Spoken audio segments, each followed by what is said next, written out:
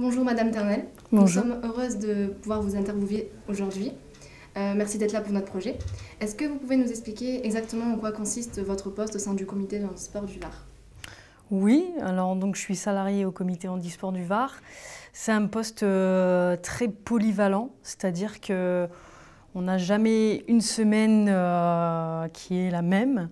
On est à la fois éducateur sportif, c'est-à-dire qu'on est avec un groupe de personnes handicapées qu'on entraîne, soit en loisir, soit en compétition. Ça peut aller même jusqu'au haut niveau handisport, mais aussi sur l'organisation de compétitions, que ce soit championnat de France, que ce soit des manifestations aussi promotionnelles. On est sur de la sensibilisation pour les valides, entre guillemets, comme je peux faire aujourd'hui. On est aussi sur de la formation, former des éducateurs sportifs qui souhaitent encadrer des personnes handicapées. Donc c'est vraiment un poste très divers et varié et il ne faut pas avoir peur du tout de la polyvalence pour s'engager dans ce genre de mission. Le sport permet-il vraiment de reprendre goût à la vie? Et avez-vous un exemple précis?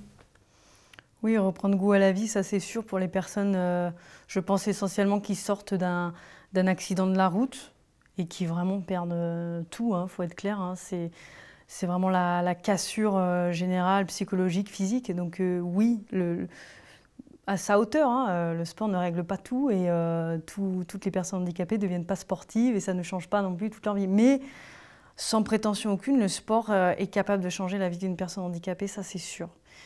D'ailleurs, moi, la semaine dernière, j'étais avec une personne déficient visuel qui est devenue champion paralympique à Barcelone en 92 et c'était bien cette phrase, c'était le sport, moi, handisport en tout cas, m'a changé ma vie parce que ils étaient plus rien, ça c'est clair, c'est ce qu'ils disent, c'est ce qu'ils écrivent.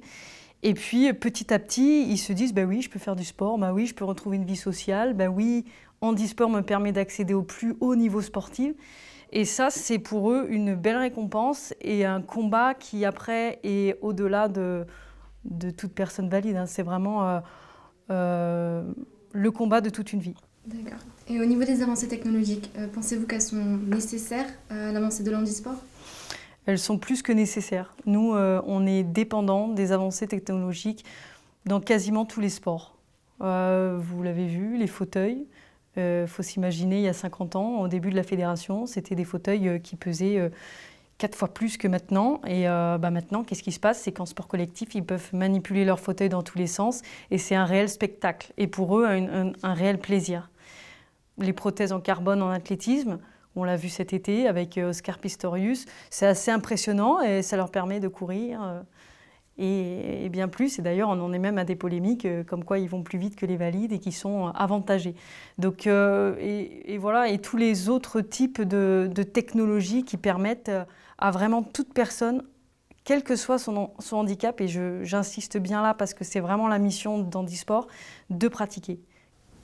Est-ce qu'il arrive que les personnes à mobilité réduite peuvent pratiquer avec des personnes valides?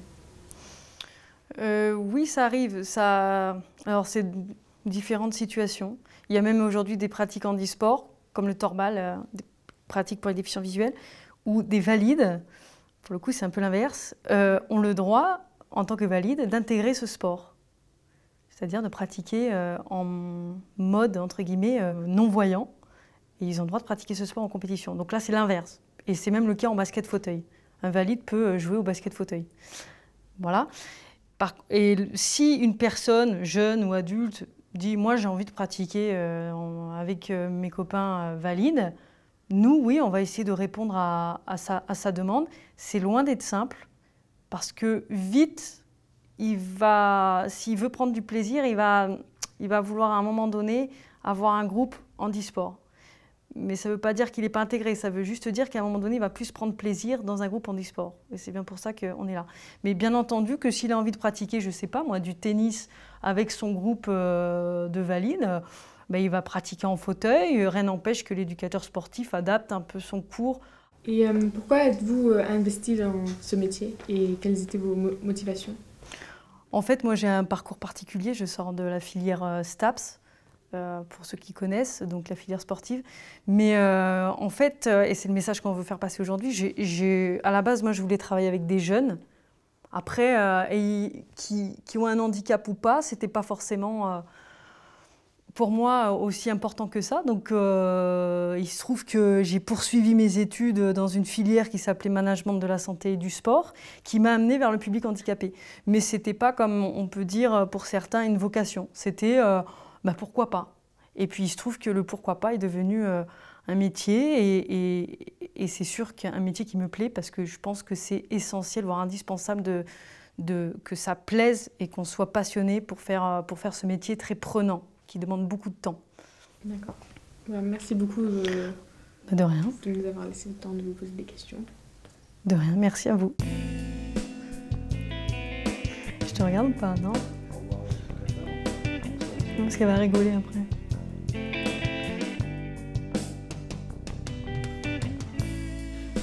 Peut-être un petit peu moins ça. Regarde. C'était très bien. C'était pas mal. Non, Écoutez, sur que je pense. regarde juste. Tu bouges pas.